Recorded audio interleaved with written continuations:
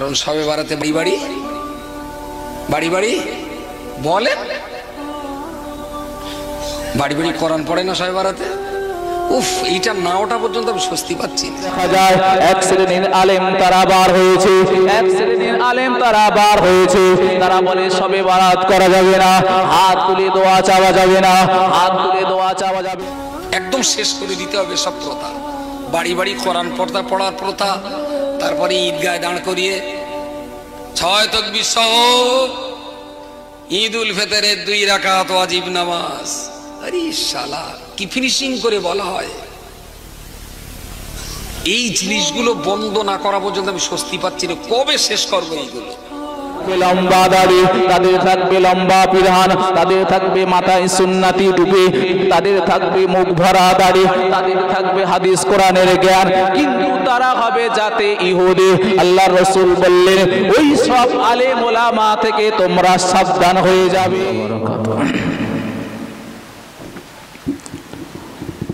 যারা এদিকে ওদিকে আছেন, খুব অল্প সময়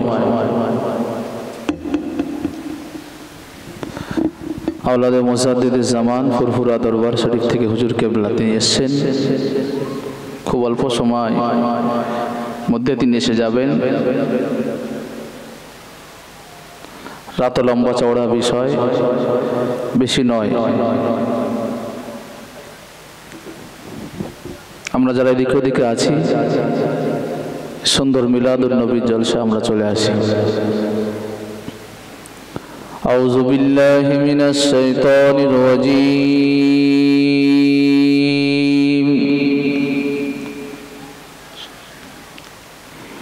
বিসমিল্লাহির রহমানির রহিম।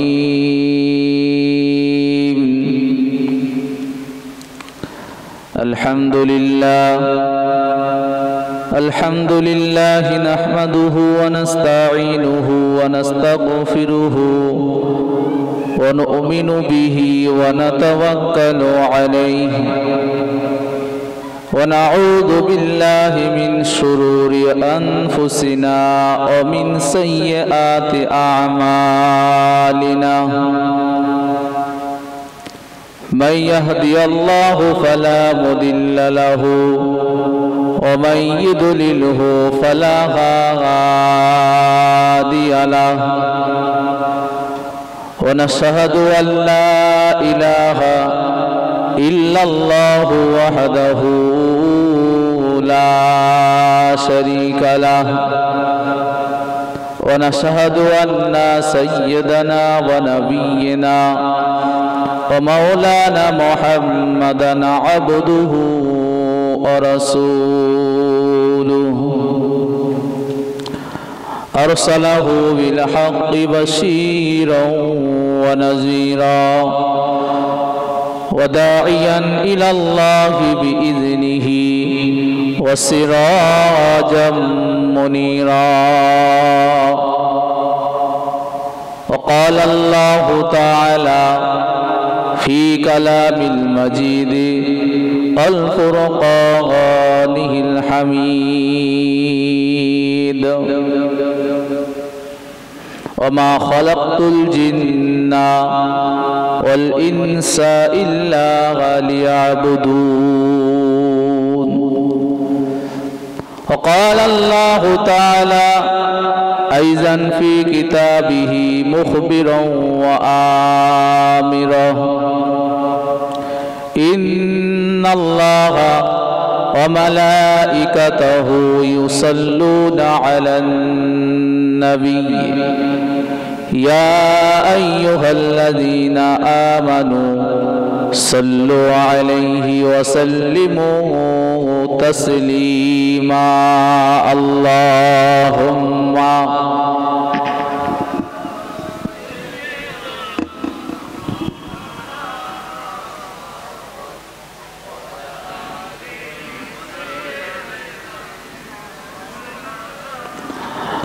اللهم صل على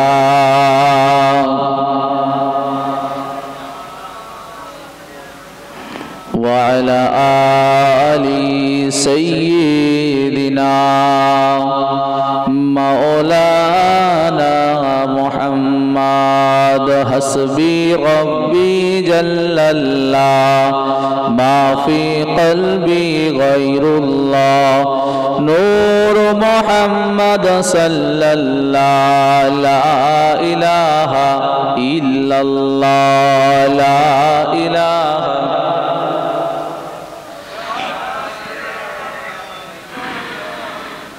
محمد رسول الله سبحان الله الحمد لله لا إله إلا الله سبحان الله الحمد لله لا إله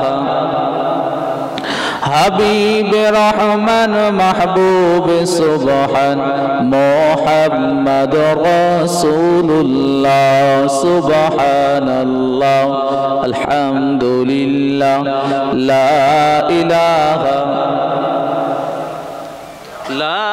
إله إلا الله محمد رسول الله سبحان الله الحمد لله لا إله حبيب رحمن محبوب سبحان محمد رسول الله سبحان الله الحمد لله لا إله إلا الله শিশু নবী জন্মের পরে কিসের নামাজ পড়িলেন শিশু নবী জন্মের পরে কিসের নামাজ পড়িলেন কোন কাননে কিসের তরে উম্মতি বলে কাঁদিলেন সুবহানাল্লাহ আলহামদুলিল্লাহ লা ইলাহা ইল্লাল্লাহ হাবিব রহমান মাহবুব সুবহান মুহাম্মদ রাসূলুল্লাহ সুবহানাল্লাহ আলহামদুলিল্লাহ লা ইলাহা ইল্লাল্লাহ ওহদের ময়দানে গিয়ে নবী দান শহীদ হইলেন ওহদের ময়দানে গিয়ে নবী দান শহীদ হইলেন দান শহীদ হয়েও নবী উম্মতি বলে কাঁদিলেন সুবহানাল্লাহ আলহামদুলিল্লাহ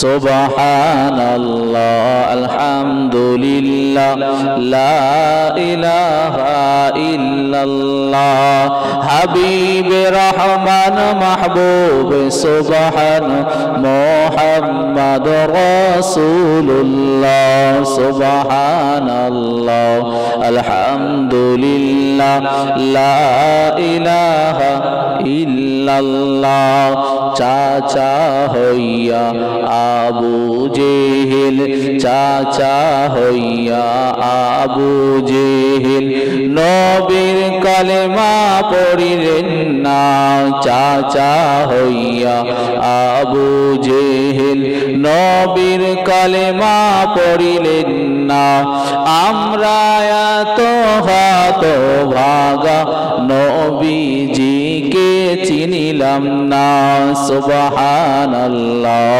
আলহামদুলিল্লাহ লা ইলাহা ইল্লাল্লাহ সুবহানাল্লাহ আলহামদুলিল্লাহ লা ইলাহা ইল্লাল্লাহ হাবিব রহমান মাহবুব সুবহান মুহাম্মদ রাসূলুল্লাহ লা ইলাহা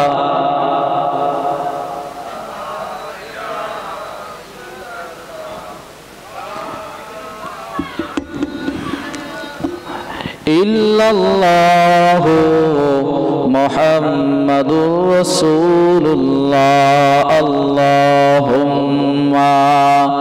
সাল্লি আলা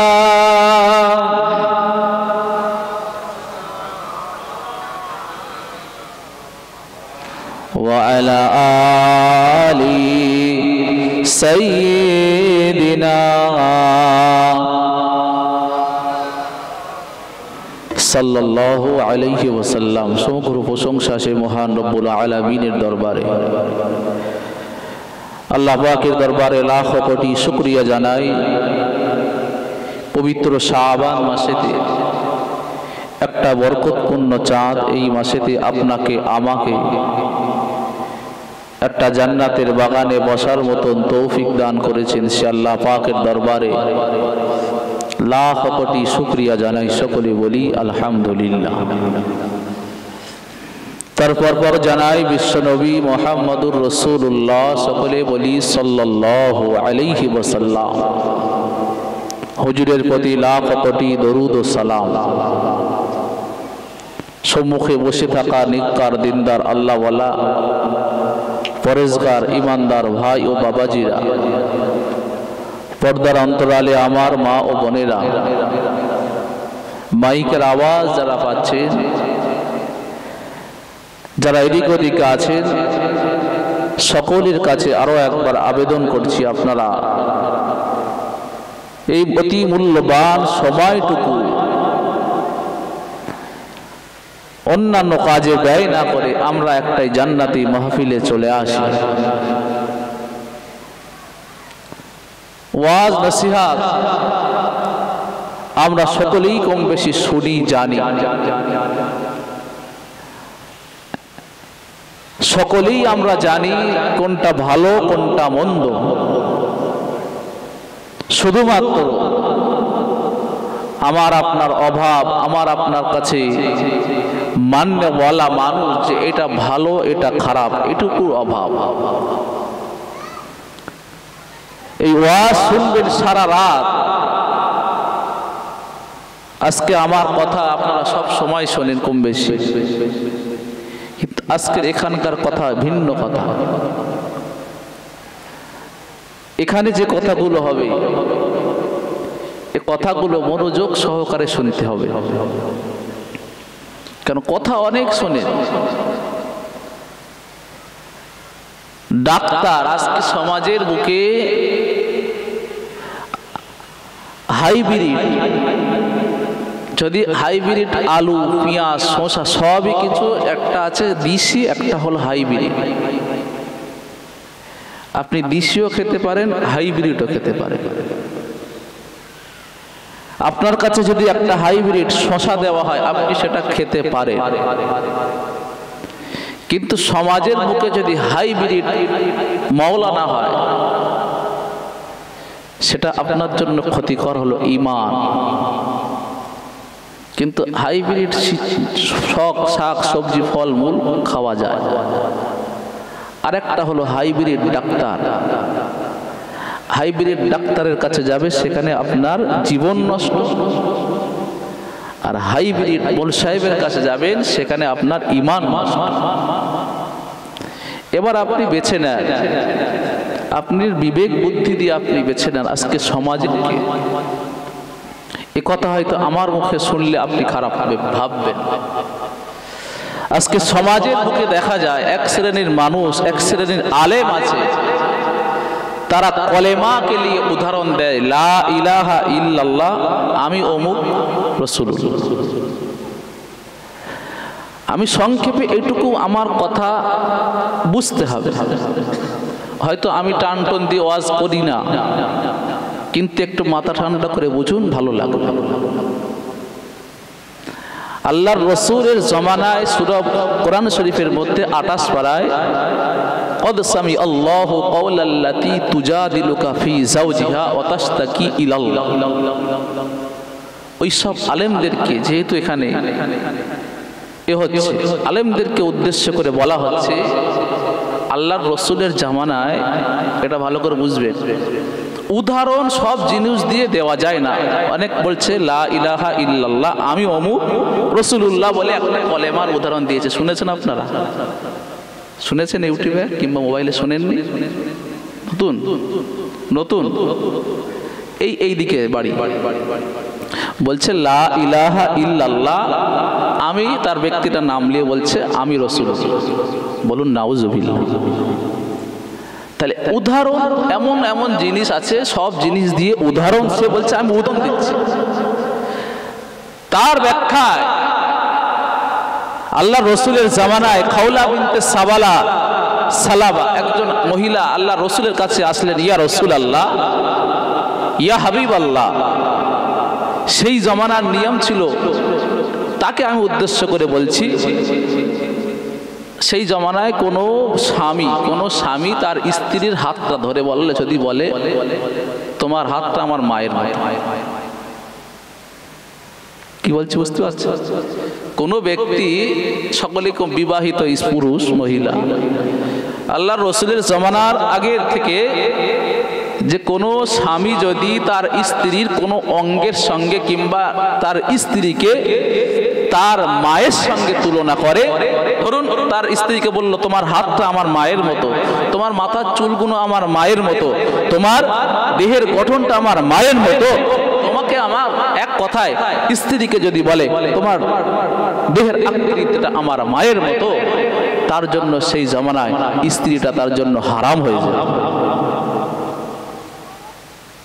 কত কঠিন এবার বুঝুন। তার জন্য সেই স্ত্রীটা হারাম, তার সঙ্গে মেলামেশা বন্ধ। মুসলমান ঘরের ছেলে মেয়েরা, আজকে সমাজের বুকে এক শ্রেণীর হাইব্রিড মাওলানা বার হয়েছে, এক শ্রেণীর হাইব্রিড মাওলানা তারা বার হয়েছে।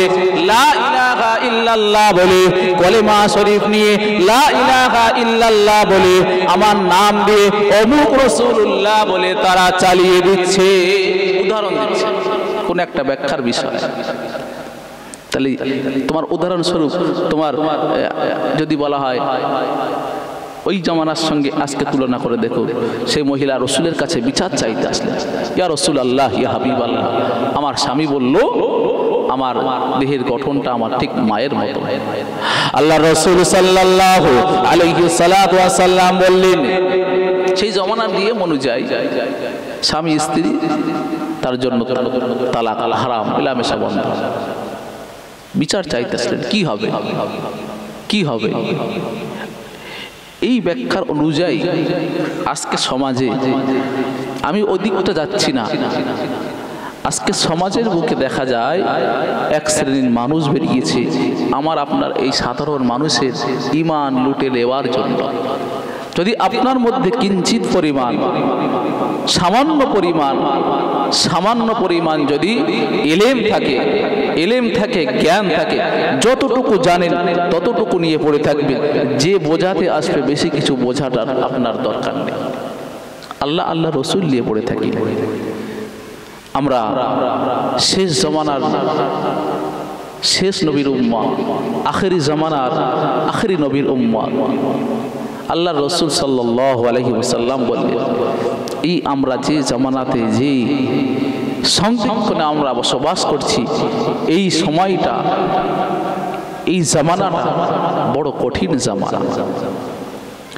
আমার মুসলমান ঘরের ছেলে মেয়েরা, আমার আপনার নবী নূর নবী রাহমাতাল লিল আলামিন, আমার আপনার নবী নূর নবী মুহাম্মদুর রাসূলুল্লাহ সাল্লাল্লাহু আলাইহি ওয়াসাল্লাম বললেন, সেই জামানাতে, আখেরি জামানাতে এক শ্রেণীর আলেম তারা বার হবে, এক শ্রেণীর আলেম তারা বার হবে। তাদের মুখে থাকবে নবী নবী, তাদের মুখে থাকবে কোরআন কোরআন, তার মুখে থাকবে হাদিস হাদিস, কিন্তু আসলে তারা মুসলমান নামে মুসলমান হয়ে থাকবে না। একে তারা হবে জাতিতে ইহুদি, তারা জাতিতে হবে ইহুদি, কিন্তু তাদের থাকবে লম্বা দাড়ি, তাদের থাকবে লম্বা পিরহান, তাদের থাকবে মাথায় সুন্নতি টুপি, তাদের থাকবে মুখ ভরা দাড়ি, তাদের থাকবে হাদিস কোরআনের জ্ঞান, কিন্তু তারা হবে জাতে ইহুদি। আল্লাহ রাসূল বললেন, ওই সব আলেম ওলামা থেকে তোমরা সাবধান হয়ে যাবে। যতটুকু জানি মূর্খ মানুষ, ততটুকু নিয়ে পড়ে থাকা আমার আপনার জন্য ভালো। নবীর কথা বলো, দুটো জিনিস নিয়ে পড়ে থাকে, নবীর হাদিস, আল্লাহর কোরআন। পৃথিবীতে সর্বাধিক এমন একটা কিতাব, যেহেতু এই মাস চলছে শাবান মাস, এই শাবান মাস প্রথমেই বললাম হাইব্রিড মাওলানা। কিয়ামতের জমানা এমন একটা জমানা চলে আসবে, কিয়ামতের সময় একটা এমন একটা আসবে যে জমানাতে আল্লাহর রাসূল বললেন তোমরা এমন এমন কথা শুনবে তোমার বাপ দাদু 14 পুরুষ শোনেনি, সেই কথা তোমার সামনে যখন চলে আসবে মনে করবে কিয়ামত খুব সন্নিকটে, কিয়ামত খুব সন্নিকটে। আপনারা নিজের মানুষ, কাছের মানুষ, যদি আমি আপনাদেরকে না বোঝাই, সব সময়ের জন্য বোঝাবো, যতদিন পর্যন্ত থাকবো দুটো হাত পা ধরে বোঝাবো যে এইটুকু সময়, এই এত মুরব্বী মানুষ আছে, বয়স্ক মানুষ আছে, একটু বুকে হাত দিয়ে বলুন আজ থেকে 15 বছর আগে কি 20 বছর আগে আপনারা শুনেছেন যে শবে বরাত করা যাবে না? শুনি। কিন্তু আজকের এক সমাজে, আজকের জামানায় দেখা যায় এক শ্রেণীর আলেম তারা বার হয়েছে, এক শ্রেণীর আলেম তারা বার হয়েছে, তারা বলে শবে বরাত করা যাবে না, হাত তুলে দোয়া চাওয়া যাবে না, হাত তুলে দোয়া চাওয়া যাবে না। তাদের কাছে একটা কোনো প্রশ্ন আপনি করতে যাবেন না, তাদের কাছে আপনি তর্কে বিতর্কে জড়াতে যাবেন না, তাদের কাছে একটাই কথা বলবেন, বাপ আমি যেটা করছি আমি আমারটা নিয়ে থাকি, বাপ তুমি যেটা করছো তোমারটা নিয়ে তুমি থেকে যাও, আমি যদি ভুল করে জাহান্নামে চলে যায় তাও আমার কোনো আপত্তি নেই, তুমি ঠিক করে তুমি জান্নাতে যাও তাও আমার কোনো অসুবিধা নাই। কিন্তু আজকে সমাজের মুখে দেখা যায় এক শ্রেণীর আলেম তারা বার হয়েছে, শবে বরাতের সময় কবর জিয়ারত করা যাবে না, শবে বরাতের সময় নামাজ পড়া যাবে না, শবে বরাতের সময় মিলাদ মাহফিল করা যাবে না, সব সব বেদাত হয়ে থাকে। তাহলে তাদের কাছে আপনি প্রশ্ন ছুড়ে দেন, আল্লাহর দরবারে দুটো হাত তুলে দোয়া চাওয়াটা কি খারাপ? আমি তো দোয়া চাইছি, আমি তো গান বাজনা করি। যারা বলে শবে বরাতের সময় হাত তুলে দোয়া, শবে বরাতের সময় নামাজ পড়া যাবে না, ওই সব আলেমদেরকে বলবে যাও যাও যাও যাও, আমরা তো দোয়া করছি আল্লাহর দরবারে হাত তুলে, যাও চলে যাও। এমন করে মিলাদ মাহফিল উপলক্ষে বিভিন্ন জায়গায় মেলা হয়, এই মেলাটা বন্ধ করতে যাও, যাও যাও। অনেক জায়গায় সিনেমা হল আছে, ওই সব সিনেমা হলগুলো বন্ধ করে দাও, যাও যাও যাও। অনেক গ্রামে দেখা যায় অনেক মানুষ বিড়ি খোর আছে, ওই বিড়ি খোরদেরকে বিড়ি খাওয়া বন্ধ করে দাও, যাও যাও যাও। অনেক গ্রামে অনেক মানুষ আছে যারা মদ খায়, ওদেরকে মদ খাওয়া তুমি বন্ধ করে দাও। কিন্তু যেটা আমরা ভালো কাজ করছি, দোয়া চাইছি, এই দোয়ার বিরুদ্ধে এক শ্রেণীর মানুষ উঠে পড়ে লেগেছে, হাত তুলে তারা দোয়া করতে দেবে না। ঠিক না বল? বলো কথাটা ঠিক? ওরা যদি বলে দোয়া করা যাবে না, যদি বলে দোয়া করা যাবে না, বলে দোয়া যদি করা ভালো হোক খারাপ হোক সেটা পরের বিষয়, এটা বন্ধ না করে দোয়া করা যাবে না। এইসব বিড়ি খাচ্ছি, মদ খাচ্ছি, তাস খেলছি, জুয়া খেলছি, এইসবগুলো আগে বন্ধ করো, তারপরে আসবে দোয়া করা যাবে কি না যাবে, আলেম বলে আমাদের সাথে বসে দেখা যাবে, তাই তো? সেহেতু আজকে সব দিক করে দাঁড়িয়ে আমরা এই মুসলমান, আমরা মুসলমান খুব কঠিন পর্যায়ে দাঁড়িয়ে আছি, এমন একটা পর্যায়ে দাঁড়িয়ে আছি, এই পর্যায়ে হাতের উপরে আগুন নিয়ে যেমন থাকা কঠিন, ঈমান নিয়ে বেঁচে থাকা তার থেকেও কঠিন। আল্লাহ পাক আপনাকে আমাদেরকে ঈমানি হালতে সকলকে রাখার তৌফিক দান করেন, বলুন আল্লাহুম্মা আমিন। আমার মুসলমান ঘরের ছেলে মেয়েরা, আমি পাক কালাম থেকে একটি আয়াত তেলাওয়াত করলাম।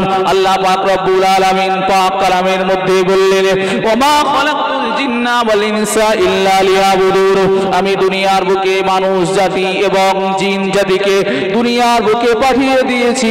দুনিয়ার বুকে ওই সব মানুষ জাতি যাবে, জিন জাতি যাবে, তারা দুনিয়ার বুকে গিয়ে আমার ইবাদত বندگی তারা করবে, নামাজ পড়বে, রোজা রাখবে, আমার হুকুম আহকাম গুলো তারা মান্য করবে, আল্লাহর দরবারে তারা আমার হুকুম আহকাম গুলো তারা মান্য করতে থাকবে। এই সব উদ্দেশ্য নিয়ে আল্লাহ বললেন, ওমা খালাকতুল জিন্না ওয়াল ইনসা ইল্লা লিয়াবুদুন। আল্লাহ বললেন আমি পাঠালাম শুধুমাত্র ইবাদত বندگی করার জন্য। ইবাদত বন্দী করার জন্য। যাই বা আমরা এসেছি দুনিয়ার বুকে আল্লাহ পাকের হুকুম মান্য করার জন্য। এই পর্যন্ত আপনি বুঝে রাখেন, এই পর্যন্ত আপনি বাইরে। এবারে আমরা যে দুনিয়ায় এসেছি, কিভাবে এসেছি, তার অস্তিত্ব কোথায় ছিল? আমার আল্লাহ পাক রব্বুল আলামিন দয়া করে মেহেরবানি করে আপনাকে আমাকে যে দুনিয়ার বুকে পাঠিয়েছে, আজকে আমি দুটো হাত দেখতে পাচ্ছি, আজকে আমি আমার দুটো পা দেখতে পাচ্ছি, আজকে আমার দুটো কান দেখতে পাচ্ছি, এটা আমি কোথায় পেয়েছি? আমার অস্তিত্ব কোথায় ছিল? আমার অস্তিত্ব বা কোথায় ছিল? আমি কোথায় ছিলাম? আমি আজকে টাকার অহংকার দেখাই, ক্ষমতার অহংকার দেখাই, আপনার গায়ের জোরের ক্ষমতার অহংকার দেখাই, ইলমের অহংকার দেখাই, এমন করে আমরা যা কিছুর অহংকার দেখাই না কেন, আজকে আমার অস্তিত্ব ছিল দুপোটা নাপাক পানির মধ্যে, শুধু অস্তিত্ব ছিল তাই নয়। আল্লাহ পাক রব্বুল আলামিন আমার আপনার মায়ের গর্ভে দুপোটা নাপাক পানি দ্বারা যে তৈরি করেছেন, সেখানেও কিন্তু আমার আপনার ক্ষমতা ছিল না, সেখানেও কিন্তু আমার আপনার ক্ষমতা ছিল না। নিজে হাত দিয়ে খেতে পারবো, নিজে হাত দিয়ে খেতে পারবো, নিজে এমন করে আমার আপনার মায়ের গর্ভের মধ্যে এমন ক্ষমতা ছিল না যে পা দিয়ে হেঁটে হেঁটে চলতে পারবো। আমার আল্লাহ পাক দয়া করে, আমার আল্লাহ পাক মেহেরবানি করে দুনিয়ার বুকে আপনাকে আমাকে যে ভূমিষ্ঠ করে পাঠিয়েছেন, আল্লাহ পাক রব্বুল আলামিন দুনিয়ার বুকে আমাকে আপনাকে দয়া করে আপনাকে দুনিয়ায় পাঠিয়েছে। আপনাকে আমাকে দয়া করে যে দুনিয়ায় পাঠিয়েছে, শুধু তাই নয়। এবার দেখুন, একটা সন্তান দুনিয়ায় জন্মগ্রহণ করলো, সে সন্তান জন্মগ্রহণ করার পরেও তো কথা বলতে পারে না। সন্তান জন্মগ্রহণ করার পরেও তার গালে তো দুটো দাঁত থাকে না। সন্তান জন্মগ্রহণ করার পরেও সে কিন্তু কানে শুনতে পায় না। সন্তান জন্মগ্রহণ করার পরেও সে কিন্তু হাতে তুলে খেতে পারে না। সন্তান জন্মগ্রহণ করার পরেও সে কিন্তু পা দিয়ে হেঁটে হেঁটে চলতে পারে না। সে সন্তান জন্ম নিল, মায়ের গর্ভ থেকে হাঁটতে পারে না, চলতে পারে না, খেতে পারে না, সে খাবারও ব্যবস্থা করল। আজকে আমরা নবীর কথা, যে নবী আমাকে পাঠালেন, নবীকে পাঠালেন আমাদের জন্য, সেই নবীর জন্য, আল্লাহর জন্য আপনি কি করেছি? এই যে আমরা ওয়াজ শুনি, এই ওয়াজ, এই মাহফিলগুলো আমরা দিই, এর থেকে আমরা কি শিক্ষা নিই, কি শিক্ষা পাই, কি শিক্ষার জন্য আমরা এই বিলাতটা দিই? আগে ভাবতে হবে। যদি বলেন যে না, এই মিলাদ হবে, এমন করে ওয়াজ নসিহত হবে, দুটো তাবারুক পাবো, ওয়াজ শুনবো, খানিকক্ষণ সময়টা পাস করব, আত্মীয় স্বজন আসবে মিলাদ মাহফিলে, হ্যাঁ, সবই কিছু এসবের জন্য যদি হয়, হুজুরের সামনে একটা তাকবীর দেই, নারায়ে তাকবীর, নারায়ে তাকবীর, আওলাদে মুজাদ্দিদে জামান, আওলাদে মুজাদ্দিদে জামান, ফুরফুরা দরবার শরীফ, নারায়ে তাকবীর। হুজুর এসেছেন, খুব সময়ের মধ্যে তিনি চলে আসবেন। আমি যেটা বলছি যে আল্লাহ রসুল আমাকে আপনাকে দুনিয়ার বুকে আল্লাহ যে পাঠালেন, রসুলকে পাঠালেন, এই পাঠানোর উদ্দেশ্যের মধ্যে সব শেষ পর্যায়ে একটা জিনিস যেটা হবে, সেটা আমার আপনার জন্য হবে মৃত্যু। এই মৃত্যুটা এমন একটা হবে, ইমাম সাহেব একটা আয়াত পড়ছিলেন, হাক্কা তুকাতিহি ইয়া আইয়ুহাল্লাযীনা আমানু তাকুল্লাহ হাক্কা তুকাতিহি ওয়া লা তামুতুন্না ইল্লা ওয়া আনতুম মুসলিমুন। হে আমার মুসলমান ভাইয়ের ছেলে মেয়েরা, আমার আল্লাহ পাক রব্বুল আলামিন পাক কালামের মধ্যে জানিয়ে দিলেন, হে ঈমানদার মুসলমান বান্দারা, হে ঈমানদার মুসলমান বান্দা বান্দীরা, শুনে রেখে দাও, জেনে রেখে দাও, আমি সারমংশে বলে দিচ্ছি। আল্লাহ পাক বললেন, তোমরা আমাকে, আল্লাহকে ভয় করার মতো ভয় করো, ততক্ষণ পর্যন্ত তোমরা মরবে না, ততক্ষণ পর্যন্ত তোমরা মরবে না, যতক্ষণ পর্যন্ত না তোমরা পরিপূর্ণভাবে ঈমানদার মুসলমান হতে পারবে, ততক্ষণ পর্যন্ত না তোমরা পরিকৃতভাবে ঈমানদার মুসলমান হতে পারবে, ততক্ষণ পর্যন্ত তোমরা যেন দুনিয়ার বুক থেকে মরে যেও না। ততক্ষণ পর্যন্ত তোমরা মরবে না, যতক্ষণ পর্যন্ত না তোমরা পরিপূর্ণভাবে ঈমানদার মুসলমান হতে পেরেছে। আজকে সমাজের বুকে দেখা যায় দুনিয়ার বুক থেকে মানুষ মারা যায়, দুনিয়ার বুক থেকে মানুষ মারা যায়, ইহুদি মারা যায়, খ্রিস্টান মারা যায়, বেঈমান মারা যায়, যত শ্রেণীর মানুষ আছে, যত শ্রেণীর প্রাণী আছে, সকলেই কিন্তু মারা যায়, সকলেই মারা যায়। আমিও মারা যাব, আপনিও মারা যাবেন, সকলকে একদিন দুনিয়ার বুক থেকে মরে যেতে হবে। মরে যাওয়ার পরে যে জিনিসটা হবে, কবরের মধ্যে আপনাকে আমাকে রেখে দেওয়া হবে। কবরের মধ্যে যখন রেখে দেওয়া হবে, আমি আপনি সকলে কিন্তু কবর ছেড়ে দিয়ে চলে আসব, কবর ছেড়ে দিয়ে চলে আসবে। আমি যে মুসলমান, এই মিলাদ শুনি, এখান থেকে এমন এমন জিনিস আছে আপনাকে আমাকে শিক্ষা নিতে হবে। তার মধ্যে একটা শিক্ষা আমি কিছুদিন আগে বলছিলাম, বলতে বলতে থেমে গিয়েছিলাম। আমরা যে মানুষ মারা যায়, মানুষ যে মারা যায়, মরে যাবার সময় আমরা কোথায় নিয়ে যাই? কবরস্থানে, তাই তো? কবরস্থানে নিয়ে গিয়ে, কিন্তু কিতাবের মধ্যে সে কোনো বেনামাজি যদি মারা যায়, তাকে তোমার জানাজা আদায় করে না, তাকে জানাজা আদায় করে। কিন্তু আমরা না না না, মুসলমান অবস্থায় একজন মানুষ মুসলিম ঘরে জন্মগ্রহণ করেছে, একজন মানুষের নাম হলো মুসলমান, একজন মানুষ মুসলিম ঘরে জন্মগ্রহণ করেছে, সে একবার হলেও কলেমা পড়েছে, তার জন্য আমরা সেটা না করি, তার জন্য আমরা সুন্দরভাবে এমন করে গোসল দিয়ে দেওয়া হয়, সাদা কাফন পরিয়ে দেওয়া হয়, সাদা কাফন পরিয়ে আস্তে আস্তে করে নিয়ে কবরের দিকে আমি আপনি এগিয়ে যাই। কিন্তু সেটা নয়, যারা বেনামাজি তাদের বলছে তোমরা জানাজা পড়বে। কুকুর বিড়াল যেমন মরে গেলে আমরা কি করি? ভাগাড়ে ফেলে দিই। গরু মরে গেলে ভাগাড়ে ফেলে দিই।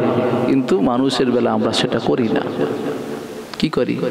সুন্দর করে আতর মাখিয়ে, কাফন পরিয়ে, আস্তে আস্তে সবই কিছু করি, তাড়াহুড়ো না, আস্তে আস্তে।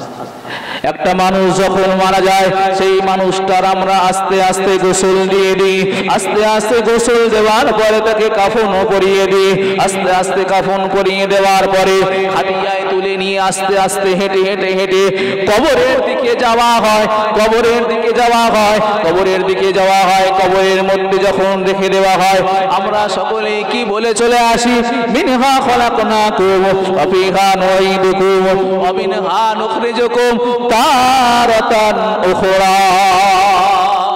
এটা বলি তো, এটা বলি তো, এর মানে কি জানেন? জানেন? আমরা মাটি দিই। এই সমাজে যেহেতু আমি জানি না, অনেক মানুষ আছে মুখে দাড়ি সাদা হয়ে গেছে, বলে দাবি করে আমি বিরাট হনো। মাটি দিতে কি হয় সেভাবে জানে, কিভাবে যে মাটি দিতে হয় এটাও জানে না।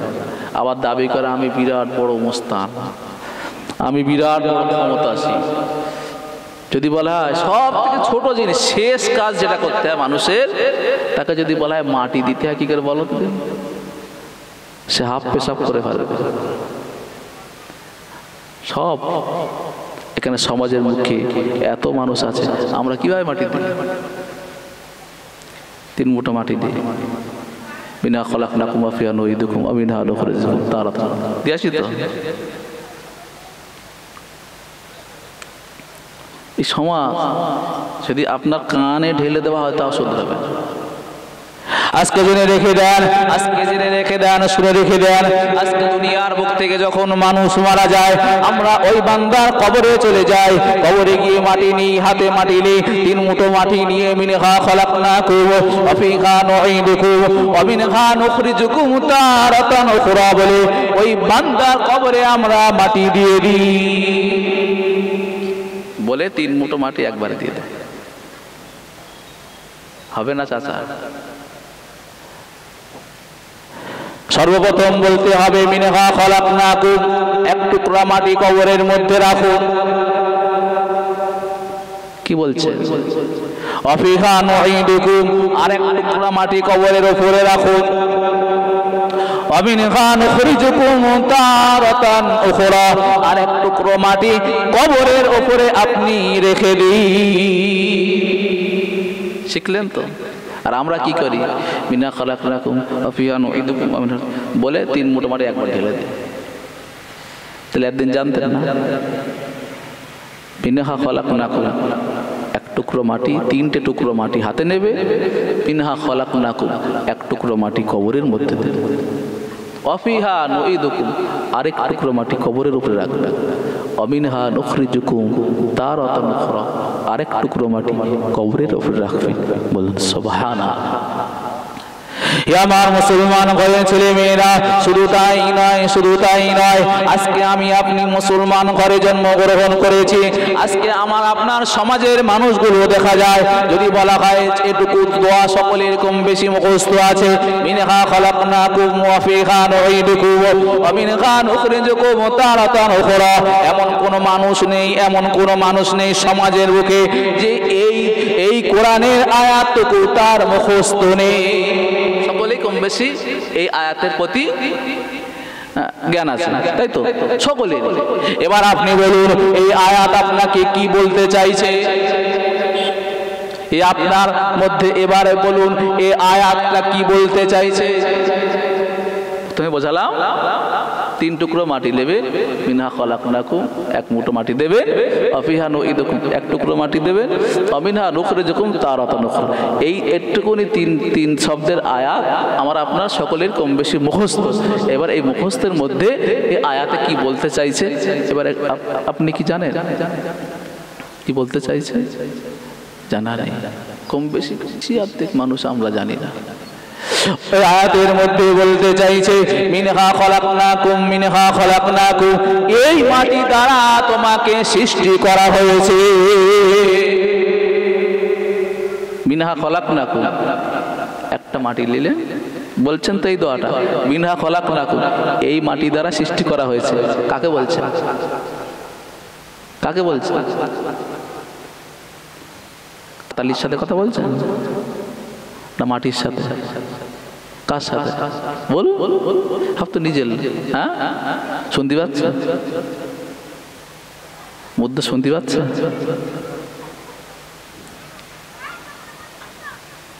আমরা মৃত মানুষের সঙ্গে কথা বলছি, মিনহা খলাকনাকুম, এই মাটি দ্বারা তোমাকে সৃষ্টি করা হয়েছে। মৃত মানুষ সে তো মারা গিয়েছে। আমার আপনার ধারণা মৃত মানুষ মরে গিয়ে সে শুনতে পায় না, কিন্তু না, যে মৃত মানুষ মারা যায়, হিসাবের মধ্যে এসেছে মৃত মানুষ মারা যায়, কিন্তু মারা যায় ওকে মৃত বলো না, মৃত বলো না। ওই মৃত মানুষ মারা যাওয়ার পরেও দুনিয়ার বুকে যা কিছু ঘটে কিতাবের মধ্যে এসেছে, তুমি যখন মাটি দিয়ে চলে আসো, কবরের মধ্যে সর্বশেষ ব্যক্তি মাটি দিয়ে যখন চলে আসে, ওর পায়ের আওয়াজগুলো ওই মৃত মানুষ কবরে শুয়ে শুয়ে শুনতে পায়। বুঝলেন? ওই মৃত মানুষ কবরে শুয়ে শুয়ে, ওই মৃত মানুষের কবরে শুয়ে শুয়ে তার পায়ের আওয়াজ, জুতোর আওয়াজটুকু হয় কিতাবের মধ্যে, সে ওই মৃত মানুষ তার পায়ের আওয়াজগুলো শুনতে পায়। বলুন না সুবহানাল্লাহ। তাহলে মৃত মানুষ কি মারা গিয়েছে? মৃত মানুষ তাই তো বলছে মরে গেছে। ওই হাইব্রিড মাওলানা বলে, ওই হাইব্রিড প্রথমেই যে কথা বলছিলাম এবারে কথার সঙ্গে মিলিয়ে নিন। আজকে সমাজের বুকে এক শ্রেণীর হাইব্রিড মাওলানা, তারা বলে মরা গরু কিছু ঘাস খায়। মরা গরু তারা মরে গেছে মানে শেষ। কিন্তু আমরা বলে আসছি মিনহা খলাকনাকুম, মিনহা খলাকনাকুম, এই মাটি দ্বারা তোমাকে সৃষ্টি করা হয়েছে, এই মাটি দ্বারা তোমাকে সৃষ্টি করা হয়েছে। ওই মৃত মানুষকে উপলক্ষ করে আপনাকে আমাকে বলা হবে, আপনি আমি অমুক মৃত মানুষের সঙ্গে কথা বলে এসেছি। আপনার সঙ্গে বলা হবে এই মাটি দ্বারা তোমাকে সৃষ্টি করেছে। আর আমরা বলে এসেছি মৃত মানুষের কবরের ধারে দাঁড়িয়ে এই মাটি দ্বারা তোমাকে সৃষ্টি করেছে। সে বেনামাজি হোক, নামাজি হোক, ইমানদার হোক, বেঈমান হোক, সে যা খুশি করুক, মদখোর হোক, গেজাখোর হোক, তাকে বলা হয়। তাহলে শিখলেন কি? মিনহা খলাকনাকুম, এর মানে হলো কি? এই মাটি দ্বারা তোমাকে সৃষ্টি করা হয়েছে। মৃত মানুষের সঙ্গে আমরা বলে আসি। তারপরে বলা হয় অফিহা নুঈদুকুম, অফিহা নুঈদুকুম, অফিহা নুঈদুকুম বলবেন, তারপরে এক টুকরা মাটি দেবেন। খলাকনাকুম, মাটি হাতে নিলেন। আপনি আপনাকে সর্বশেষ জিনিস শেখাচ্ছি, শুরুর জিনিস এখনো শেখানো হয়নি। শুরুর জিনিস এখনো শেখানো হয়নি। সর্বশেষ কাজ একটা মৃত মানুষের সঙ্গে আমি আপনি যে কাজটুকু করি, আজকে সমাজের 100 মানুষের মধ্যে 95 ভাগ 97 ভাগ মানুষ এ কাজ জানে না। অহরহ ভুল করে আসছে। ক্ষমতার শক্তি, গায়ের জোর, সব কিছুর পরে আমি সব কিছু জেনে গিয়েছি। না বাবা, কি বললাম? এক মুঠা হাতে মাটি নেবেন, 3 মুঠা হাতে মাটি নেবেন। এক মুঠা যখন মাটি, এক টুকরা মাটি নিয়ে কবরের মধ্যে রাখবেন। মিনহা খলাকনাকুম বলে রাখবেন। তারপরে বলবেন অফিহা নুঈদুকুম, আর এক টুকরা মাটি কবরের মধ্যে রাখছে। তাহলে রাখা হলো 2 টুকরো। কি বলা হলো? অফিহা নুঈদুকুম। এর মানে কি? এর মানে কি? কে বলতে? এর মানে অফিহা নুঈদুকুম, তোমাকে আবার এই মাটিতে রেখে দেওয়া হলো। কাকে বলছে? মৃত মানুষকে। মৃত মানুষকে উপলক্ষে করে বলা হয় অফিহা নুঈদুকুম, তোমাকে এই মাটির মধ্যে আবার রেখে দেওয়া হলো। অফিহা নুঈদুকুম, তোমাকে এই মাটির মধ্যে আবার রেখে দেওয়া হলো। প্রথমে বলা হলো মিনহা খলাকনাকুম, তোমাকে এই মাটি দ্বারা সৃষ্টি করা হয়েছে। এক টুকরা মাটি দ্বারা বলা হয় তোমাকে এই মাটি দ্বারা সৃষ্টি করা হয়েছে। মিনহা খলাকনাকুম, এই মাটি দ্বারা তোমাকে সৃষ্টি করা হয়েছে। অফিহা নুঈদুকুম, তোমাকে আবার এই মাটিতে আমরা রেখে গেলাম। ওই মাটিতে তোমাকে আমরা রেখে গেলাম। ওই মৃত মানুষকে উপলক্ষে করে আমরা বলতে থাকি, কি বলি? তোমাকে এই মাটিতে আমরা রেখে যাচ্ছি। কবরের মধ্যে তুমি আযাব ভোগ করবে রেখে, না তুমি জান্নাতে থাকবে, সেটা আমার আর দেখার দরকার নেই। তার মানে তাই। তার মানেটা কি? তোমাকে রেখে যাচ্ছে মানে তুমি কি করবে না করবে ও দেখার দরকার তো আমার নেই। তার মানে তো এটাই বোঝায় যে তোমাকে রেখে দেওয়া হলো। তোমাকে উদ্দেশ্য করা বলা হচ্ছে তোমার এই মাটি দিয়ে সৃষ্টি করা হলো। মিনহা খলাকনাকুম, তারপর বলা হচ্ছে অফিহা নুঈদুকুম, তোমার এই মাটির মধ্যে রেখে দিচ্ছে, তুমি কি করবে তুমি জানো। তাই তো। তারপরের মধ্যে বলা হয় মিনহা নুখরিজুকুম তারাতান উখরা, আরেক টুকরা মাটি ওই কবরের মধ্যে আপনি যখন দিয়ে দেবেন, মিনহা নুখরিজুকুম তারাতান উখরা বলে আরেক টুকরা মাটি কবরের মধ্যে আপনি রেখে দেবেন। তাহলে শিখলেন কি? এটুকু ঠান্ডা মাথায় শিখলেন। কবরের মধ্যে আমরা যে মাটি দিই, আমরা আয়াত বলি মিনহা খলাকনাকুম ওয়া ফিহা নুঈদুকুম ওয়া মিনহা নুখরিজুকুম তারাতান উখরা। আমাদের সমাজের এক শ্রেণীর মানুষ হাতে এক মুঠো মাটি নেবে, মিনহা খলাকনাকুম ওয়া ফিহা নুঈদুকুম ওয়া মিনহা নুখরিজুকুম তারাতান উখরা বলে ঢেলে দিয়ে আসে। কিন্তু সঠিক নিয়ম ওটা নয়। সঠিক নিয়ম ওটা নয়। নিয়ম যেটা বললাম, হাতে মাটি নেবেন, 3টে টুকরো 3 ভাগে ভাগ করবেন। মিনহা খলাকনাকুম, একটা টুকরো মাটি কবরের মধ্যে রাখবেন। অফিহা নুঈদুকুম, আরেক টুকরো মাটি কবরের মধ্যে রাখবেন। অমিনহা নুখরিজুকুম তারাতান উখরা, আরেক টুকরো মাটি কবরের মধ্যে রাখবেন। বলুন সুবহানাল্লাহ। ঠিক বলছি না ভুল বলছি? যেহেতু আমার সামনে অনেক আলেম ওলামা বসে আছে, আপনারা বড় বড় জ্ঞানী মানুষ বসে আছে, তাহলে আমাকে বলা হয় ওই মৃত মানুষকে উপলক্ষে আমি আপনি বলে আসি মিনহা খলাকনাকুম, তোমার এই মাটি দ্বারা সৃষ্টি করা হয়েছে। অফিহা নুঈদুকুম, তোমাকে এই মাটির মধ্যে আবার রেখে দেওয়া হলো। মিনহা নুখরিজুকুম তারাতান উখরা, আবার একটা সময় আসবে তোমাকে আবার এই কবর থেকে তুলে নেওয়া হবে। আবার একটা সময় আসবে, অমিনহা নুখরিজুকুম তারাতান উখরা, এমন একটা সময় আসবে তোমার এই কবর থেকে উঠতে হবে। এবার বল, এইটুকু তো বুঝলেন, কম বেশি সকলে এইটুকু বুঝলেন। এবার বুঝে আপনি বলুন, ওই যে মৃত মানুষের সঙ্গে আমরা কথা বলে আসি, ওই মৃত মানুষের সঙ্গে যে আমরা বলে আসি, সে নামাজি হোক, ইমানদার হোক, কলেমা নিয়ে যাক, বেঈমান হয়ে মারা যাক, সকলের উদ্দেশ্যে বলে আসি। আচ্ছা, সারা জীবন তো আমাদের সামনে কানে বলা হয়, সারা জীবন তো আমার আপনার কানে ঢালা হয়, তোমার এই মাটি দ্বারা সৃষ্টি করে হয়েছে, সারা জীবন তো তোমাকে আমাকে শোনানো হয়, সারা জীবন তোমাকে আমাকে শোনানো হয় যে তোমাকে কবরে যেতে হবে, শোনানো হয় তো। আবার তো আমি আপনি শুনি যে আবার একদিন কবর থেকে উঠতে হবে, কিন্তু মৃত বেড়াও শোনানো হয় কেন? আজকে সমাজের বুকে এক শ্রেণীর মানুষ আছে, তারা হয়তো মৃতকে মৃত বলে বিশ্বাস করে না, তারা কবরে যেতে গেলে কবরে যেতে হয় এটাও হয়তো বিশ্বাস করে না, তারা কবর থেকে একদিন উঠতে হয় এটাও তারা বিশ্বাস করে না। আজকে মৃত মানুষের সঙ্গে দেখা যায়, মৃত মানুষ যখন কবরে যায়, মৃত মানুষের সঙ্গে আমরা এই কথাগুলো শেষবারের মতো তার কবরে গিয়ে আমরা সাক্ষী দিয়ে আসি। শেষবারের তোমাকে আরো এক শুনিয়ে দেওয়া হয়, তুমি মেনেছিলে, যদি মেনে থাকো, যদি এই কাজগুলো তুমি যদি মেনে থাকো, তোমার জন্য কবরে নাজাত।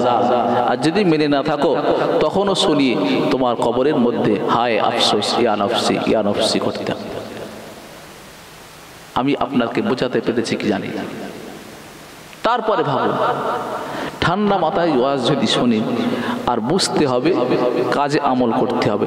এই জিনিসটা আপনি শুনবেন, শোনার পরে আপনার ব্রেনটা দেখবেন, আপনি যখন সেই কাজটুকু করবেন, যদি আপনার ভুল হয় সেটা আপনি শুধরে নিতে পারবেন।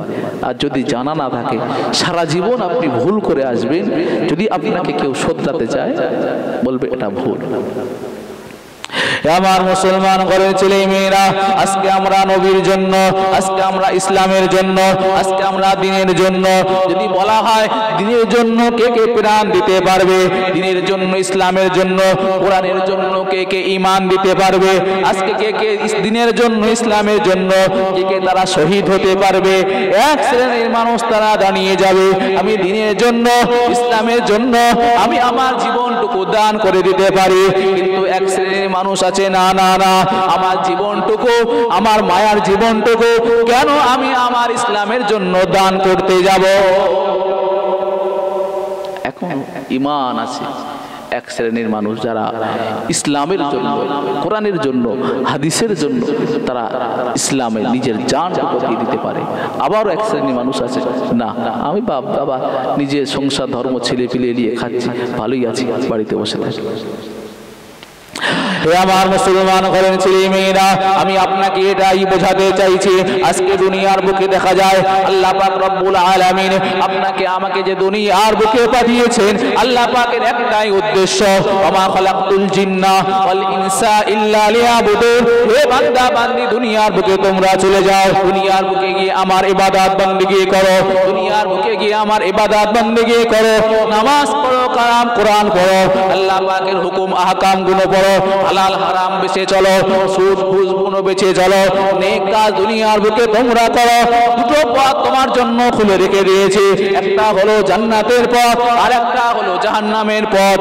যে পথে তোমার যেতে ইচ্ছা হয়, তোমার যদি ইচ্ছা হয় জান্নাতের পথে তুমি যাবো, তোমার যদি ইচ্ছা হয় তুমি জান্নাতের দিকে যাবো, তুমি জান্নাতের দিকে চলে যেতে পারো। তোমার যদি কাজকর্ম যদি খারাপ হয়, তুমি জাহান্নামের দিকে চলে যাবে। তোমার যদি কাজকর্মগুলো যদি ভালো হয়, তুমি আল্লাহর জান্নাতটুকু পেয়ে যাবে। তোমার যদি পথ দুটো, একটা ভালো একটা খারাপ, এর বাইরে আর কিছু, একটা পথ ভালো, সার মাংস গোদা বাংলা, একটা ভালো পথ, একটা খারাপ। তোমার বুদ্ধি আছে, বিবেক আছে, ব্রেন আছে, তুমি যদি বলো আমি ভালো পথে যাব, তোমার পথ হবে ভালো।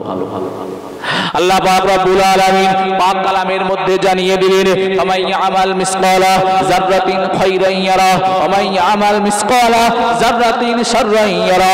এ দুনিয়ার মানুষেরা শুনে রেখে দাও, জেনে রেখে দাও, আল্লাহ পাক রব্বুল আলামিন এত বড় মহান, এত বড় ক্ষমাশীল, এত বড় দাতা আল্লাহ পাক রব্বুল আলামিন দুনিয়ার বুকে কোনো মানুষ যাতে বলতে না পারে আমি ভালো কাজ করেছি, আল্লাহ পাক আমার ভালো, আল্লাহ পাক রব্বুল আলামিন আমার ভালোর যে ফায়দাটুকু আল্লাহ পাক দেয়নি, দুনিয়ার বুকে এমন কোনো মানুষ যাতে বলতে না পারে যে আল্লাহ পাক রব্বুল আলামিন আমি খারাপ কাজ করেছি, এই খারাপ কাজের ফল আল্লাহ দেয়নি।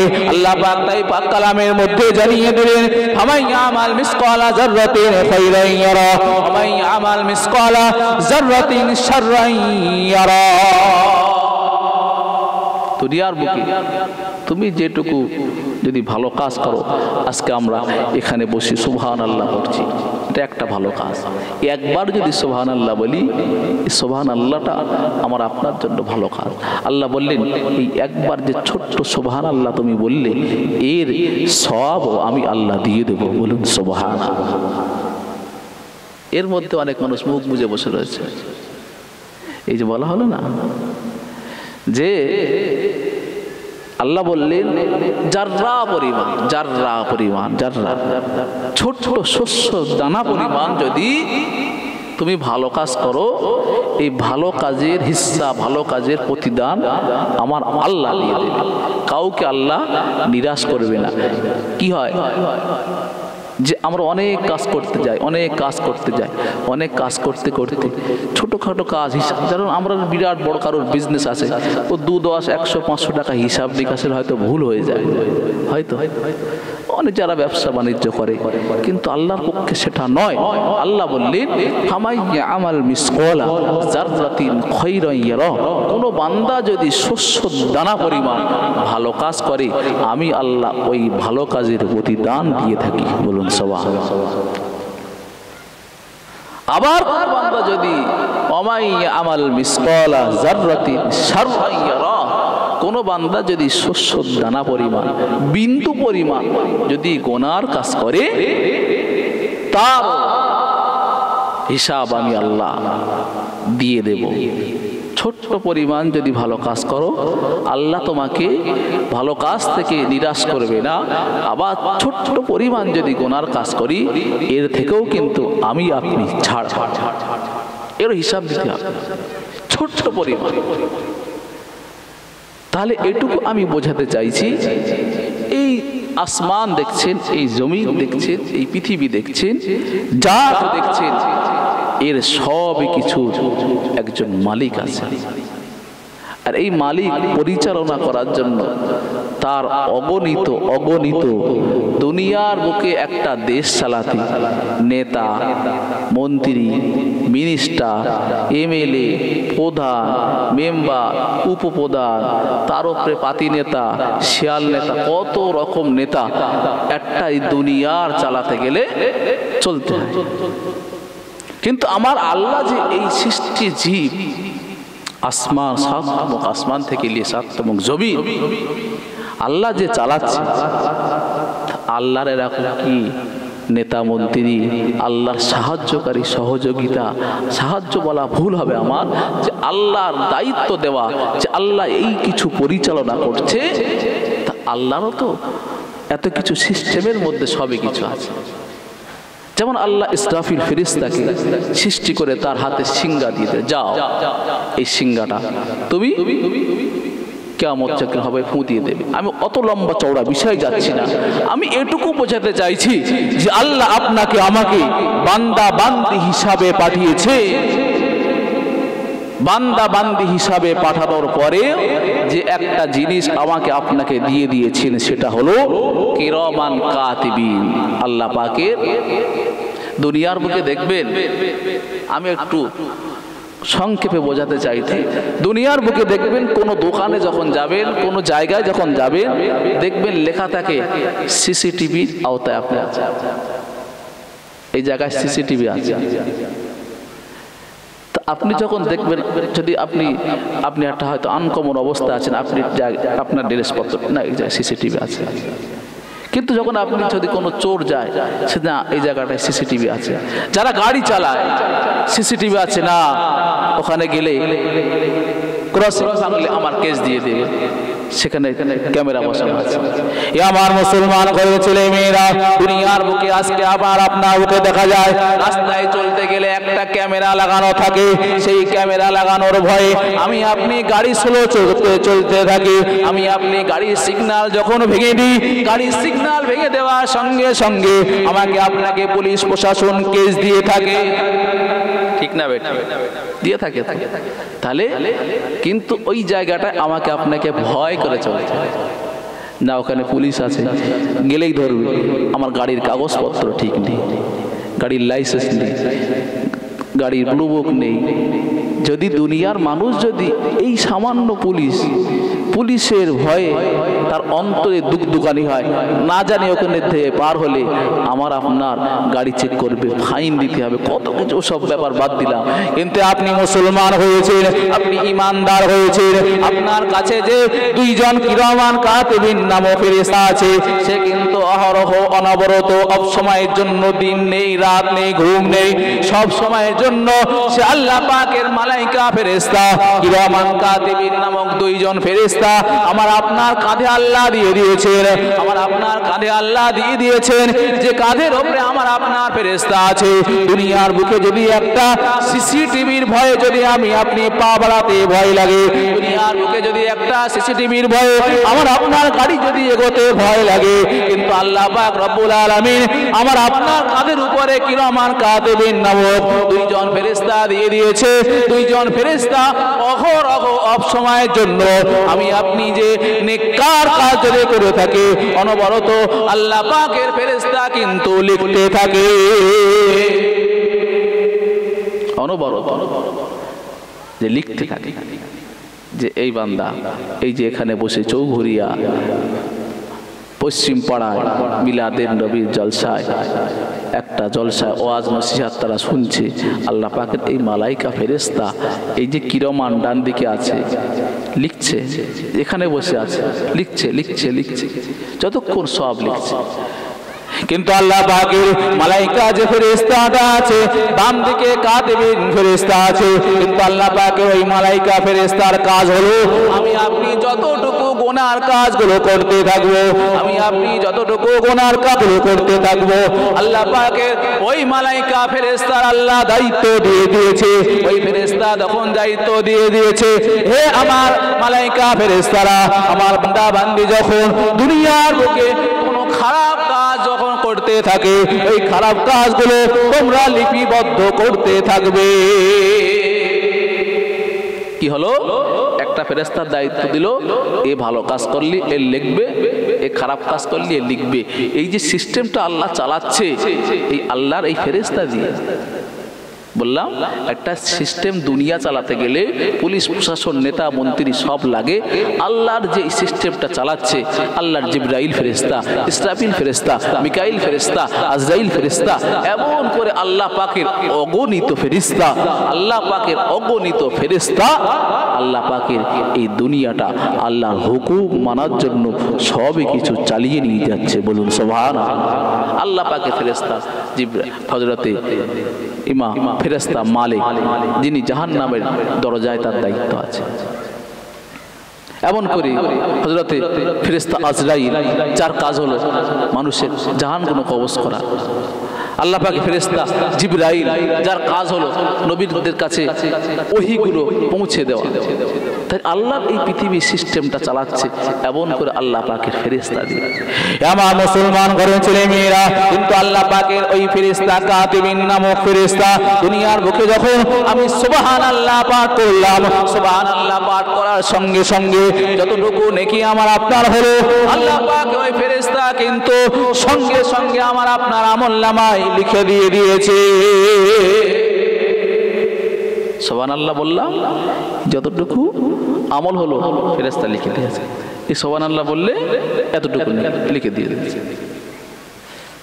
কিন্তু আল্লাহ পাক কত দয়ালু, আল্লাহ পাক কত মায়া, আল্লাহ পাক বান্দাদের কত মায়া করে, আল্লাহ পাক কত ক্ষমাশীল, আল্লাহ পাক কত রহমানুর রহিম, আল্লাহ পাক কত দয়ালু। বান্দা যখন কোনো গুনাহ করে, আল্লাহ পাক বলে না না না না না, আমার ফেরেশতা লিখিস না, ওই বান্দার গুনাহগুলো তুই লিখতে থাকিস না। ওই বান্দা সকালে গুনাহ করলো, ওই বান্দা সকালে নামাজ আদায় করলো না, ফজরের নামাজ বান্দা আদায় করলো না, গুনাহ বান্দার হলো, আল্লাহ বলল না না না, ওই বান্দার আমলনামায় গুনাহগুলো তুই লিখতে থাকিস না। ওই বান্দা যদি কাজা নামাজটা পড়ে নেয়, বান্দার আমলনামায় নেকি কিন্তু লিখে দেওয়া হবে। এই বান্দা যখন জোহরের নামাজটা কাজা করে দেয়, আল্লাহ পাকের ফেরেশতা যখন লিখতে যায়, আল্লাহ বলে না না না, ওই বান্দা জোহরের নামাজ যদি কাজা আদায় করে নেয়, এই বান্দা কাজা আদায় করার কারণে তার আমলনামায় সওয়াব লিখে দেওয়া হয়। ওই বান্দা যখন আসরের নামাজ, মাগরিবের নামাজগুলো কাজা করে নেয়, আল্লাহ মালাইকা ফেরেশতা লিখতে যায়, আল্লাহ বলে না না না, লিখতে যাস না। ওই বান্দা যদি কাজা নামাজগুলো আদায় করে নেয়, আল্লাহ বান্দা যদি কাজা নামাজগুলো আদায় করে নেয়, আল্লাহ পাকের ফেরেশতা কিন্তু লিখে দেয় সওয়াবগুলো। কিন্তু বান্দা যখন এশার নামাজগুলো আদায় না করে যখন ঘুমিয়ে যায়, আল্লাহ বলতে থাকে না না না, ওই বান্দার আমলনামায় কিন্তু গুনাহগুলো তো লিখিস না।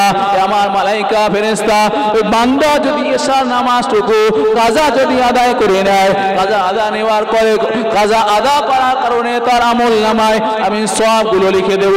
কিন্তু বান্দা দেখা যায় হতভাগা, ফজরের নামাজ কাজা হয়ে গেল, ফজরের নামাজ কোন দিক দিয়ে চলে গেল তার কোনো হুঁশ তার ছিল না, জোহরের নামাজ তার চলে গেল, তার কোনো হুঁশ তার ছিল না, আসরের নামাজ তার চলে গেল, তার কোনো হুঁশ তার ছিল না, মাগরিবের নামাজ তার চলে গেল, হুঁশ তার কোনো ছিল না, এশার নামাজ যার চলে গেল, এমন করে তার কোনো হুঁশ ছিল না। আল্লাহ পাকের ফেরেশতা আফসোস করে বলতে থাকে, আয় রে খায় পোড়া কপাল, তোর আমলনামায় এতটুকু গুনার কাজগুলো লিখে দিলাম। আজকে যদি ওই বান্দা যদি ফজরের নামাজ যদি কাজা হয়ে গেল, কিন্তু যদি কাজা নামাজটুকু আদায় করার কারণে ওই বান্দা আমলনামায় তার নেকির সওয়াবগুলো তার দিয়ে দেওয়া হতো। আল্লাহ কত দয়ালু, আল্লাহ কত মানুষের বান্দার কত ভালোবাসে। নেকির বেলা কি বলছে যে নেক কাজ করেছে লিখে দাও, আর গোনার বেলা বলছে না, ফজরের নামাজ কাজা ঘুমের মধ্যে হয়ে যেতেই পারে, ঘুম ভাঙেনি, ধোকায় পড়ে ঠান্ডা শীতের সময় ঘুম ভাঙেনি, উঠতে পারিনি, আজকে কাজা হয়ে গেছে, লিখিস নে বান্দা। ফেরেশতা ও বান্দা যদি ফজরের নামাজটা কাজা পড়ে নেয়, তাহলে কাজা সব দিয়ে দেওয়া হবে, সব দিয়ে দেওয়া হবে। কিন্তু বান্দা দেখা যায় ফজর পড়লো না, জোহর পড়লো না, আসর পড়লো না, মাগরিব পড়লো না, ঈশা পড়লো না, আল্লাহর ফেরেশতা তাও বলে লিখলো না। ঈশার সময় ওই বান্দা খেয়ে দে নাক ডাকিয়ে যখন ঘুমাতে থাকে, আর আল্লাহর ফেরেশতা বলি, হে আল্লাহর বান্দা, তুই একবারের জন্য আল্লাহর পথে ফিরে আসলি না, আল্লাহর হুকুমগুলো তুই মানলি না, হায় আফসোস। আফসোস করে করি করি করি ওই আল্লাহ পাকের ফেরেশতা আমার আপনার গুনার কাজগুলো আফসোস করে লিখতে থাকে। ইচ্ছায় লিখে দিল না, গুনার কাজ করলো লিখে দিল না, আফসোস করে তুই একবার তওবা করলি না, আল্লাহর কাছে মাফ চাইলি না। তাহলে আল্লাহ বান্দাদের সুযোগ দেয়, ছাড় দেয়, ছেড়ে দেয়, ছাড় দেয়, ছেড়ে দেয়। ওই যে ছাড় দিল, তোমার লিখলো না তো, ছাড় দিল তো, কিন্তু ছেড়ে দিয়েছে, লিখে তো দিল। আল্লাহ ছাড় দেয়, ছেড়ে দেয়। আমার মুসলমান ঘরে ছেলে মেয়েরা, এই বান্দা দেখা যায় সারা জীবন গুনার কাজ করলো, সারা জীবন অন্যায় কাজ করলো, কিন্তু দেখা যায় ওই বান্দা যদি একটা সময় ফিরে আসে, ওই বান্দা যদি একটা সময় তওবা করে আল্লাহর দরবারে যদি ফিরে আসে, আমার আল্লাহ বলে তাওবাতান নাসুহা, ওই বান্দা যদি খাঁটি দিলে যদি তওবা করে নেয়, এই বান্দা যদি খাঁটি অন্তরে তওবা যদি একবার করে নেয়, এই বান্দার জীবনের গুনাহগুলো আমি আল্লাহ মাফ করে দিলাম। খাঁটি দিলে যে এই যে নামাজ ছাড়ছি ধরছি, মরার আগ পর্যন্ত নামাজ আর ছাড়ব না, এইভাবে তওবা করতে হবে। আমরা তওবা পড়ি, তওবা তওবা তওবা একবার পড়ছি সারাদিন, তারপরের দিন যা ছিলাম তাই। আমার মুসলমান ঘরের ছেলে মেয়েরা, আমি আপনাকে সর্বপ্রথম থেকে নিয়ে আজ পর্যন্ত যে কথাটা বোঝাতে চাইছিলাম, আজকে সমাজের বুকে দেখা যায় এক শ্রেণীর হাইব্রিড আলেম ওলামা সম্প্রদায় তারা বার হয়ে গিয়েছে, যারা বলে শবে বারাত করা যাবে না, যারা বলে শবে বারাতে দোয়া চাওয়া যাবে না, যারা বলে শবে বারাতে নফল নামাজটুকু পড়া যাবে না। তাদের জন্য একটা কথা বলে দিয়ে যায়, হযরত নবী ঈসা আলাইহিস সালাতু ওয়াস সালামের জমানার কথা। নবী ঈসা নবীর জামানায় একটা কথা মনে পড়ে যায়। নবী ঈসা আলাইহিস সালাতু ওয়াস সালাম কে বলে? মা মরিয়মের সন্তান নবী ঈসা আলাইহিস সালাতু ওয়াস সালাম। তিনি একটা পাহাড়ের উপরে উঠলেন, পাহাড়ের উপরে উঠলেন, একটা পাহাড়, অনেক উঁচু পাহাড়, সেই পাহাড়ের উপরে উঠলেন। উঠে দেখতে পেলেন যে একটা সুন্দর একটা পাথর, সুন্দর একটা গোল পাথর। আল্লাহ পাকের নবী ঈসা আলাইহিস সালাতু ওয়াস সালাম সেই সুন্দর পাথরটুকু দেখে তার বড় মনটা ভরে গেল, তার বড় মনটা ভরে গেল। আল্লাহর কাছে শুকরিয়া আদায় করতে লাগলেন, আল্লাহ পাক এই কত সুন্দর পাথর দেখে আমার জাহানটা জুড়িয়ে গেল। এটা হবে না? সুবহানাল্লাহ। একটা পাথর দেখে আমার নবী ঈসা তার জাহানটা জুড়িয়ে গেল। এত সুন্দর পাথর, পাথর এত সুন্দর হয়, এরম ভেবে মনটা বড় জুড়ে গেল। আল্লাহ গায়বী আওয়াজ দিলেন, এ নবী মুসা, মুসা আরো আশ্চর্য জিনিস দেখতে চাও? এর থেকে তুমি কি আরো আশ্চর্য জিনিস তুমি দেখতে চাও? আল্লাহ নবী মুসা, আল্লাহ নবী ঈসা আলাইহিস সালাতু ওয়াস সালাম বললেন, আল্লাহ পাক এর থেকে আরো আশ্চর্য জিনিস আবার কি? এত সুন্দর পাথর দেখলাম, এত সুন্দর পাথর দেখলাম, আবার এর থেকে পাথরের থেকে আরো কি সুন্দর জিনিস তুমি আমাকে দেখাতে চাও? আল্লাহ পাক আমি দেখতে চাই আরো কি সুন্দর পাথরের থেকে আরো কি সুন্দর জিনিস, সেটা আমি দেখতে চাই। আল্লাহ বললেন, দাঁড়াও দাঁড়াও দাঁড়াও, এই পাথর থেকে তুমি একটা আঘাত করো, পাথরে একটা আঘাত করো। পাথর আঘাত করতে লাগার সঙ্গে সঙ্গে দেখা যায় পাথরটা ভেঙে দু টুকরো হয়ে যায়। কি বলছে? এই পাথরটা এত সুন্দর দেখে আমার মনটা ভরে গিয়েছে। আর এই পাথর আল্লাহ বলছে, তুমি কি এর থেকে আরো সুন্দর দেখতে চাও?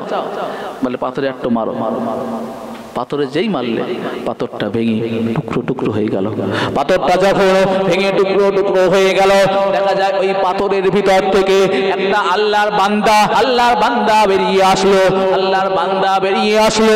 আল্লাহর বান্দা যখন পাথরের ভিতর থেকে বেরিয়ে আসলো, তার হাতে দেখা যায় আঙ্গুরের একটা থোলা। তিনি খেতে খেতে পাথরের ভিতর থেকে বেরিয়ে আসছে। এটা আশ্চর্য না? আশ্চর্য না? পাহাড়ের উপরে নবী ঈসা দেখছেন একটা সুন্দর পাথর। সে পাথর দেখে বলছে, আল্লাহ এত সুন্দর পাথর হয় না? পাথর মণি মুক্তার যে পাথর দেখলে আমার আপনার জাহান ভরে যায়। আল্লাহ নবী ঈসা আলাইহিস সালাতু ওয়াস সালাম ওই পাথর দেখে আল্লাহর কাছে বললেন, আল্লাহ পাথরও আবার এত সুন্দর হয়? আল্লাহ বললেন, এই পাথরের থেকে আরো সুন্দর যদি দেখতে চাও, পাথরে একটু আঘাত করো। যেই না আঘাত করলো, পাথর থেকে দেখতে পেল একটা তরতাজা মানুষ, যুবক একটা মানুষ পাথরের ভিতর থেকে বেরিয়ে আসছে। তার হাতে আঙ্গুরের থলে আছে, খাচ্ছে। আল্লাহ নবী ঈসা আলাইহিস সালাতু ওয়াস সালাম জিজ্ঞাসা করতে লাগলেন, হে আল্লাহর বান্দা, হে আল্লাহর বান্দা, তুমি এই পাথরের মধ্যে কত বছর ধরে আছো? এই পাথরের মধ্যে কত বছর ধরে আছো? আল্লাহর ওই বান্দা তখন বলেছিল, শুনে রেখে দাও হে আল্লাহর নবী ঈসা আলাইহিস সালাতু ওয়াস সালাম, শুনে রেখে দাও, জেনে রেখে দাও, এই পাথরের মধ্যে একদিন নয়, দুই দিন নয়, তিন দিন নয়, এই পাথরের মধ্যে কম বেশি 4000 বছর ধরে আমি রয়েছি। আশ্চর্য না? আল্লাহর নবী ঈসা আলাইহিস সালাতু ওয়াস সালাম বলতে লাগলেন, এই পাথরের মধ্যে তুমি কি করো? আল্লাহর নবী ঈসা আলাইহিস সালাতু ওয়াস সালাম ওই বান্দাকে বলেছিলেন, পাথরের মধ্যে তুমি কি করো? আল্লাহর নবী ঈসা আলাইহিস সালাতু ওয়াস সালাম যখন এই কথা বলতে লাগলেন, ওই আল্লাহর বান্দা বলতে লাগলেন, আমি পাথরের মধ্যে নামাজ পড়ি, ইবাদত করি, আল্লাহর হুকুম আহকামগুলো আমি ইবাদত করি, সিজদা অবস্থায় থাকি। আল্লাহর নবী ঈসা আলাইহিস সালাতু ওয়াস সালাম বললেন, হে আল্লাহর বান্দা, তুমি 4500 বছর ধরে এই পাথরের মধ্যে তোমাকে কিভাবে খাইয়ে দেয়? তুমি এই যে পাথরের মধ্যে 4000 বছর ধরে আছো, তুমি পাথরের মধ্যে কি খাও? আল্লাহর এই বান্দা বলেছিলেন, আল্লাহর নবী ঈসা আলাইহিস সালাতু ওয়াস সালাম, জেনে রেখে দাও, শুনে রেখে দাও, আমার যখন ক্ষুধা লাগে আল্লাহ পাকের মালাইকা ফেরেশতারা এসে আমাকে খাবার দিয়ে যায়। আল্লাহ পাকের মালাইকা ফেরেশতারা এসে আমাকে খাবারগুলো দিয়ে যায়। ওই খাবারগুলো খেয়ে নিয়ে আমি আল্লাহর বান্দা ক্ষুধাগুলো আমি নিবারণ করতে থাকি। আশ্চর্য হলো না? প্রথমে কি দেখলেন? একটা পাথর। তাহলে একটা পাথরের মধ্যে একটা মানুষ 4000 বছর ধরে রয়েছে, সেখানে বসে ইবাদত করে আল্লাহ তার মধ্যে জান্নাতি খাবার পাঠাচ্ছে। তাহলে আশ্চর্য না? এর থেকে আরো আশ্চর্য জিনিস এবার শুনুন, এর থেকে আরো আশ্চর্য জিনিস এবার শুনুন। আল্লাহ পাকের নবী হযরত ঈসা আলাইহিস সালাতু ওয়াস সালাম বললেন, ওগো রব্বুল আলামিন, আল্লাহ পাকের এই বান্দা 4000 বছর ধরে তোমার ইবাদত করেছে, তোমার নামাজ পড়েছে, আল্লাহ পাক তোমার এত খুশি হয়েছে, পাথরের মধ্যে থেকেও তাকে তুমি বাঁচিয়ে রেখেছো, পাথরের মধ্যে তাকে তুমি বাঁচিয়ে রেখেছো, পাথরের মধ্যে তাকে জান্নাতি খাবার খাওয়াচ্ছ। আল্লাহ পাক এই সৌভাগ্যকে আমার উম্মতের না হবে না। আল্লাহ পাক তখন বলেছিলেন, নবী ঈসা শুনে রেখে দাও, সেই জামানাতে, আখিরি জামানাতে নবী মুহাম্মদুর রাসূলুল্লাহ সাল্লাল্লাহু আলাইহি ওয়াসাল্লাম উম্মতে সকলে তাকবীর দেন, নারে তাকবীর, নারে তাকবীর। আওলাদে মুজাদ্দিদ জামান, আওলাদে মুজাদ্দিদ জামান, ফুরফুরা দরবার শরীফ, নারে তাকবীর, নারে তাকবীর।